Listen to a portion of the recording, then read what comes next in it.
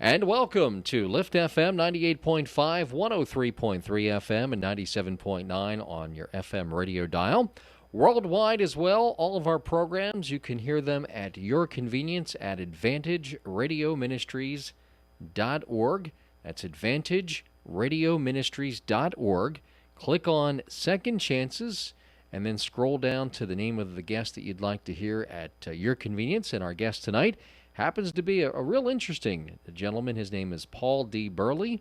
He is the author of the book, The Sacred Sphere, and we're going to learn about that book tonight and all the interesting things that I'm sure went into that book, but we're going to also get a chance to learn who Paul is. And Paul, we'd like to thank you for joining us tonight on Second Chances. Yeah, thank you. It's great to be here. And it is a pleasure. Now, Paul, obviously, before today, you and I never really had the opportunity to speak in person, but why don't, not only for my benefit, but the benefit of all of our listeners, tell us who you are and where you're from and were you born into a Christian home, things like that. Sure. Well, where I'm from is a bit of a long story. I've lived in numerous places between Buffalo, New York, and Edmonton, Alberta, Canada, and right now I reside in northern Minnesota and have been in that neck of the woods for about the last 4 years. So, to a great degree, I'm a Midwestern boy, but have lived further west. Grew up in a very Lutheran home. Attended a Lutheran church throughout my childhood and adulthood, and have two brothers that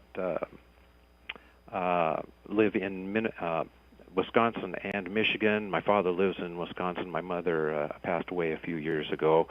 But we are very much in touch, continue to be in touch throughout the years, and so that's generally a little history about myself. And I've been interested in writing as a potential career, although for the last 30 years I've been in the engineering consulting and environmental geology business. But I finally had an opportunity and a calling, really, and I can discuss that a little bit further, to write this book, The Sacred Sphere, and I'm hoping that people will be interested and entertained by the information that I include in it. My feeling is it's important for everyone to hear. So. Yeah, we're absolutely going to look forward to learning a little bit more about that. Paul, you mentioned you were raised in the Lutheran Church.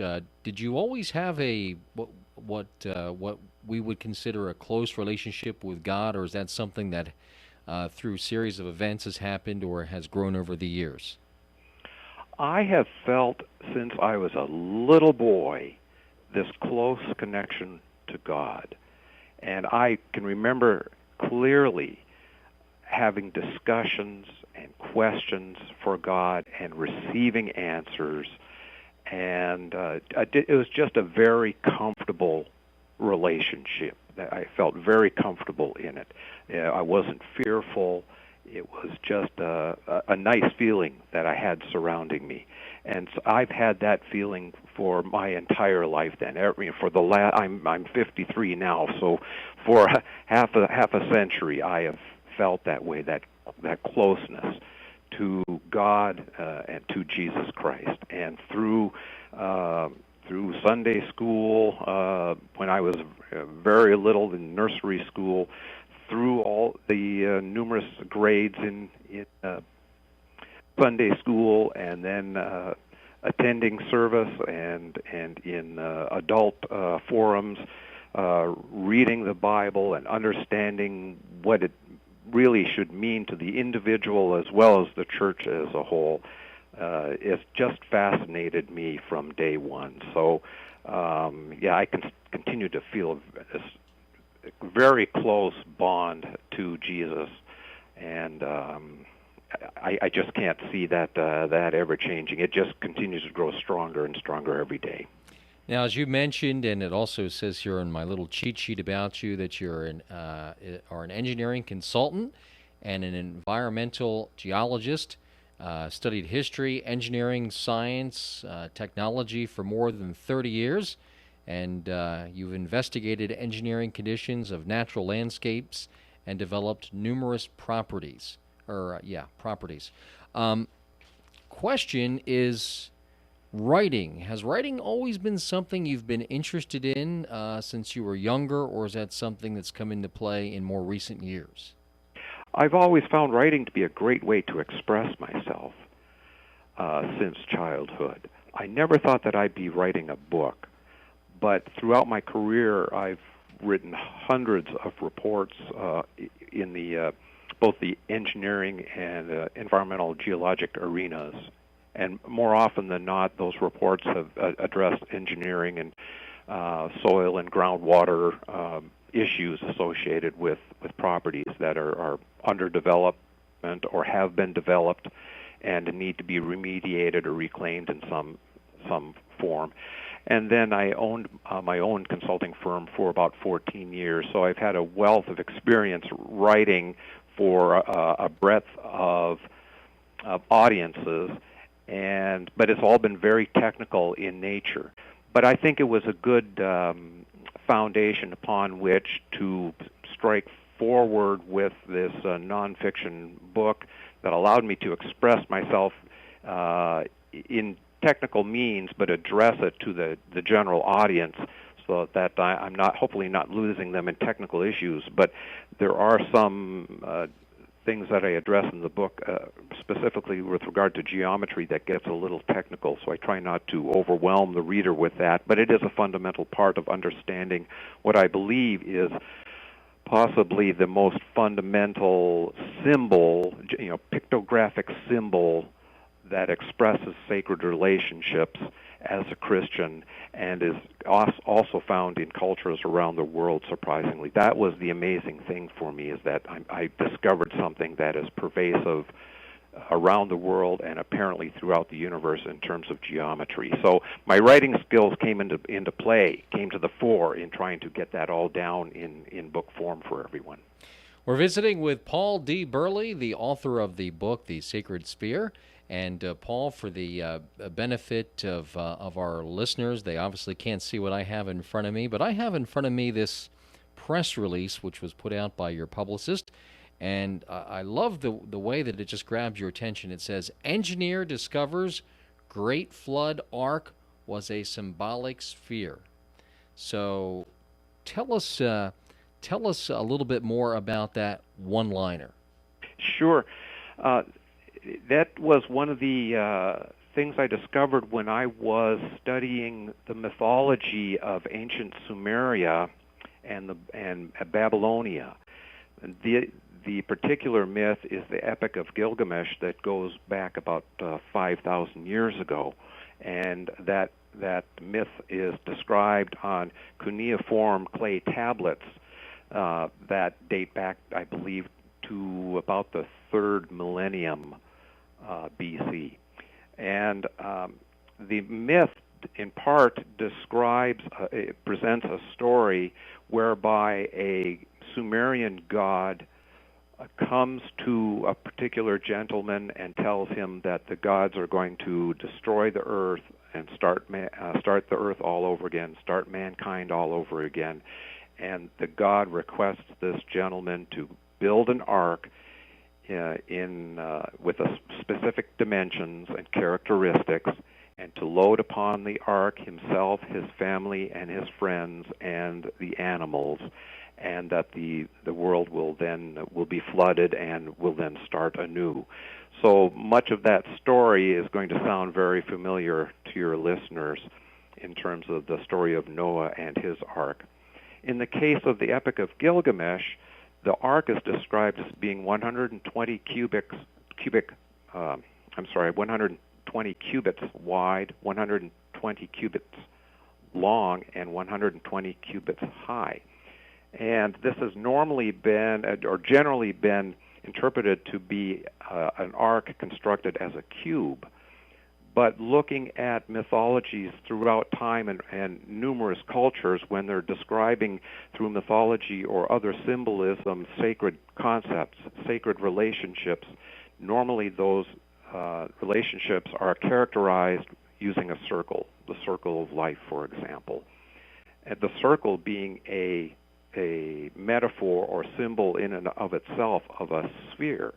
So when I look at the Epic of Gilgamesh and describing this ark, I believe that what the Sumerians are discussing is not a cube for an ark, which doesn't make sense in water. It doesn't balance very well, and it's a little difficult to handle in water or in a flood situation. But as a sphere, you could envision this ark, once it's constructed as a sphere, acting very much like a bobber for a fisherman, where the bobber is floating in the water up and down. It is a very stable structure. It doesn't need a keel. It doesn't need to be steered. It simply floats in place very stably until the waters recede to the point where it, as it's described in the mythology, it settles upon a mount, very similar to Noah's Ark. So that is what is being described in the Epic of Gilgamesh, is a spherical form of the ark, and that the symbolism being that this spherical structure is the earth itself floating within the cosmos, within the universe itself, carrying mankind, and starting again in a new age for the Sumerians. And so this spherical ark is very important as being a symbol of the earth itself. And so that's what I found to be the case, not only due to the dimensions of this ark being a sphere, but some other characteristics that are described in the myth in terms of the number of levels that the animals and the people occupied within the sphere, and how each level was divided up into 9 compartments. This geometry that's being described happens to fit the geometry that's found in virtually all cultures around the world throughout time, and represented as a circular, a circle with different lines and curves and dots within it that represent sacred symbols. And we find this very same symbolism in Christianity. So I was struck by finding this universal symbolism, and that is really the gist of what I'm trying to describe in my book, is representing, documenting that this same geometry appears to be pervasive throughout time in all cultures, including the Christian, Islamic, Hindu, Native American, Japanese. You find it in all cultures throughout time, a very surprising finding. Now, you mentioned a few moments ago, as we were beginning our conversation, that you never sought out to write a book.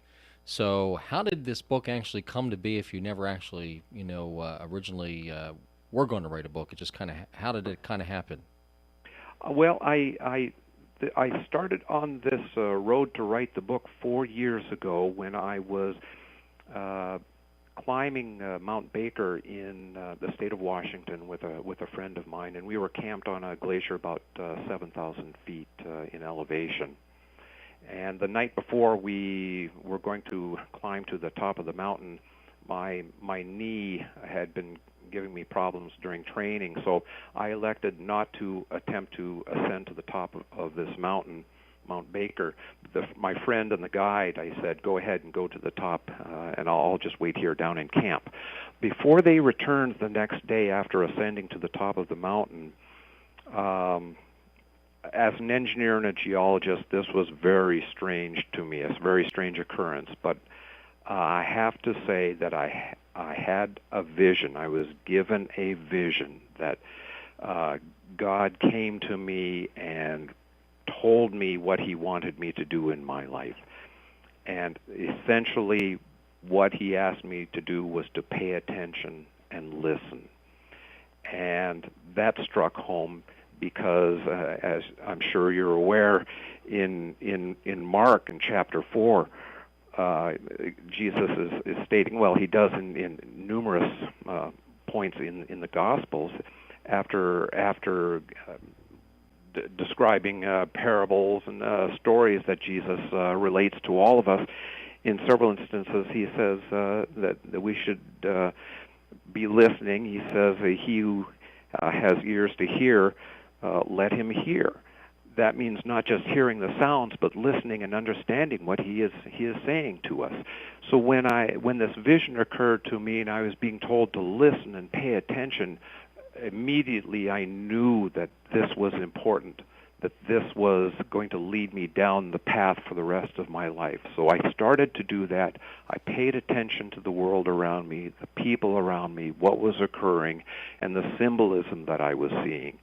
And that tied very quickly to Native American symbolism, in particular the Native American medicine wheel of a circle divided into quadrants by 4 radiuses, equally separating basically a pie into 4 pieces, and then a central cairn of stones right in the middle.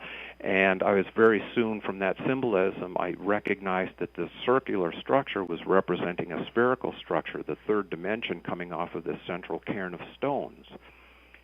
And from there, I started to recognize the same symbolism as I suggest in the Epic of Gilgamesh from ancient Sumeria 5,000-6,000 years ago. I was finding it in ancient Egyptian mythology and the architecture of the pyramids and the temples that were constructed. I was finding it in the description of the Temple of Solomon. I was finding it in many mythologies in a variety of cultures. So the first half of my book describes each of these events and finding this very same graphic symbolism in all cultures. So I'm showing the history of this symbol being found virtually everywhere.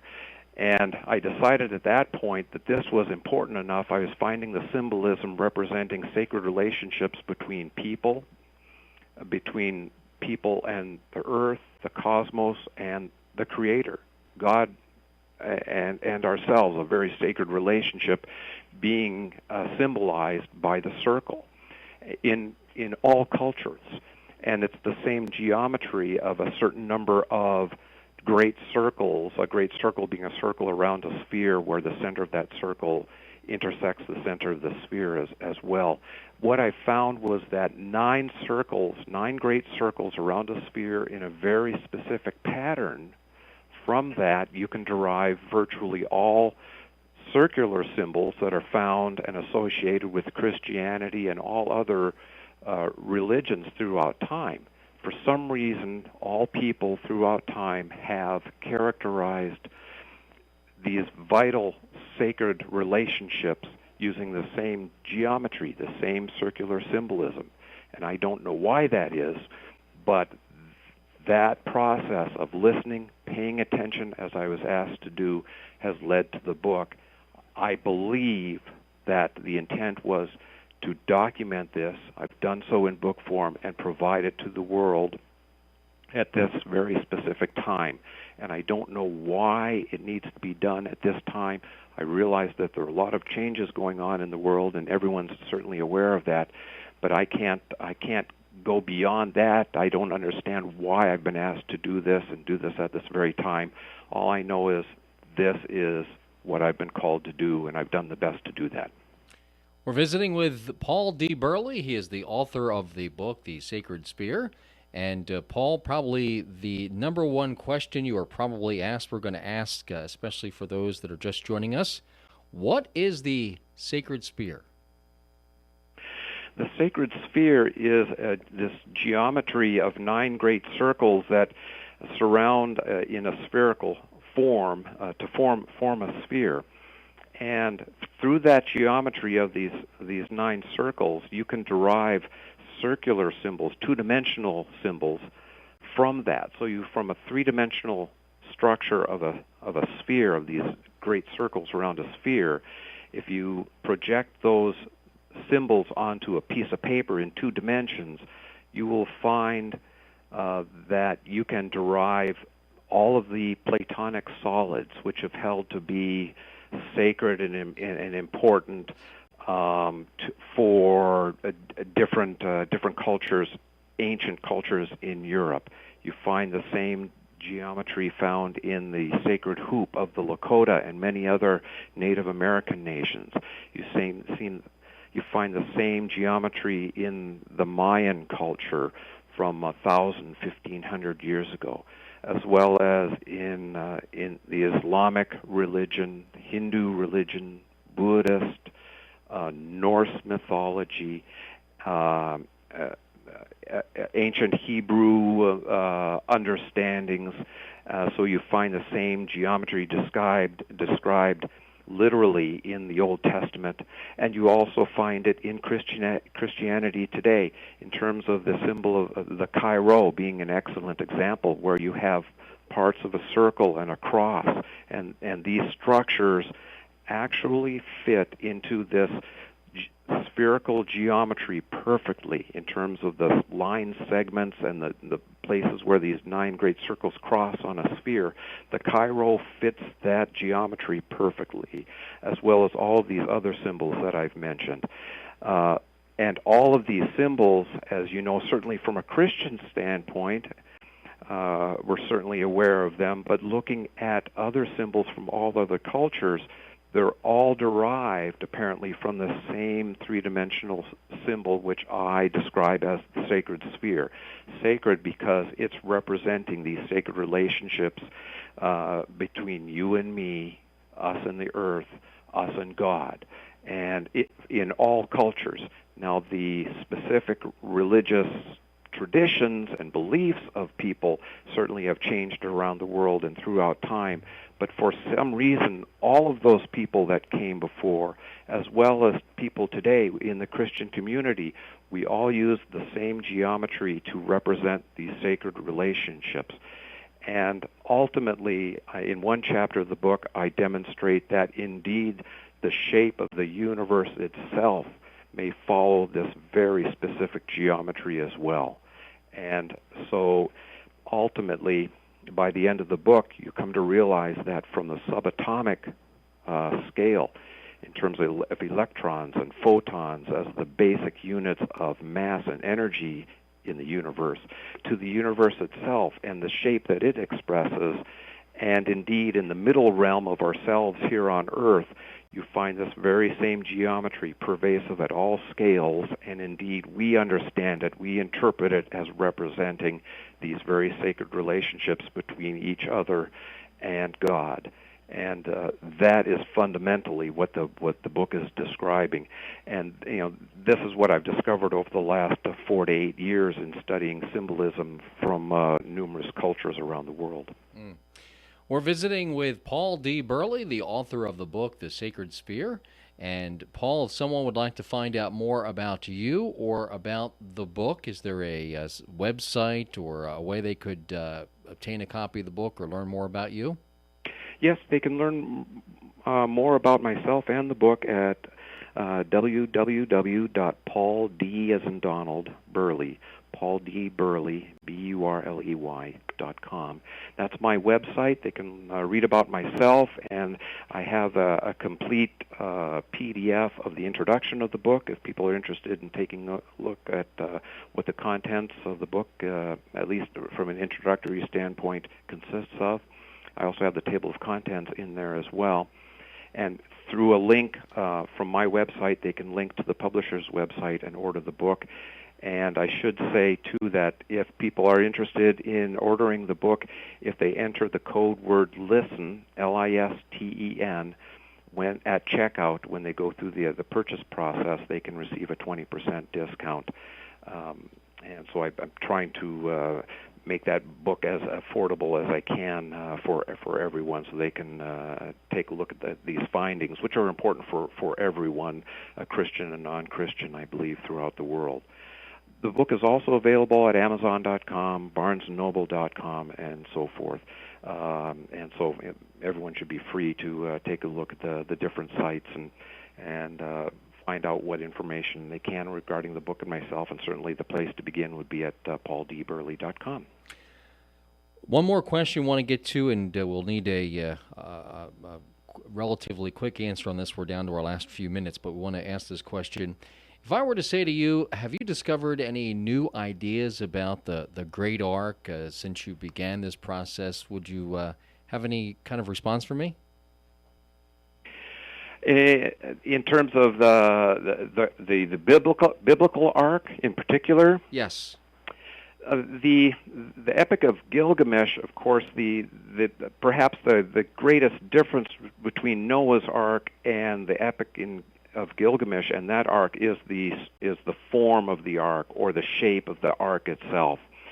otherwise, the story very much parallels between the Epic of Gilgamesh and Noah's Ark. The intent, the meaning of the story appears to be very much the same in terms of the purification of the planet and the restart of mankind on this earth because of essentially our own demise and the need to restart the process again as determined by God.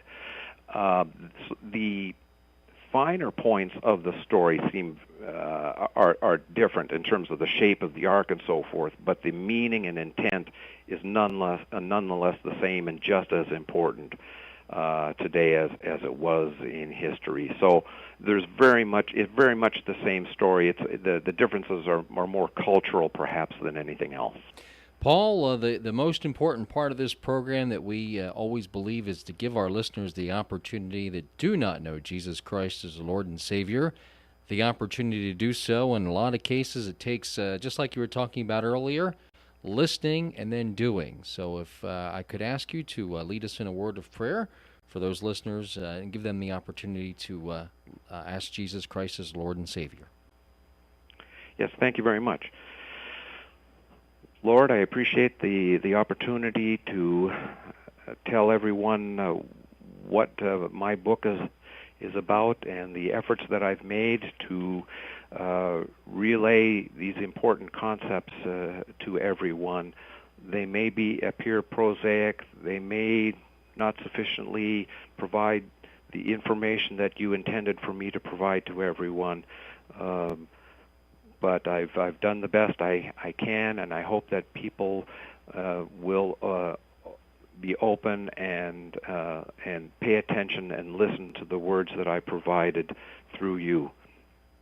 Amen. Our guest tonight on Second Chances has been Paul D. Burley, the author of the book The Sacred Sphere. And Paul, one more time, that website and various ways they can learn more about you or the book. Yes. www.pauldburley.com is my website. They can learn a bit about myself and the book, and they can purchase the book through that website as well as Amazon.com and BarnesandNoble.com. And, of course, in this day and age of social media, can they find you on Facebook or Twitter or any of those places? Or your Yes, I do have a Facebook page, Paul Burley, as well as my author's page of Paul D. Burley. And if anyone has any further questions, they can certainly contact me at my email address. That's pdburley@gmail.com. pdburley@gmail.com. Okay, well, we want to thank you for being our guest. Our guest tonight on Second Chances has been Paul D. Burley, the author of the book, The Sacred Sphere.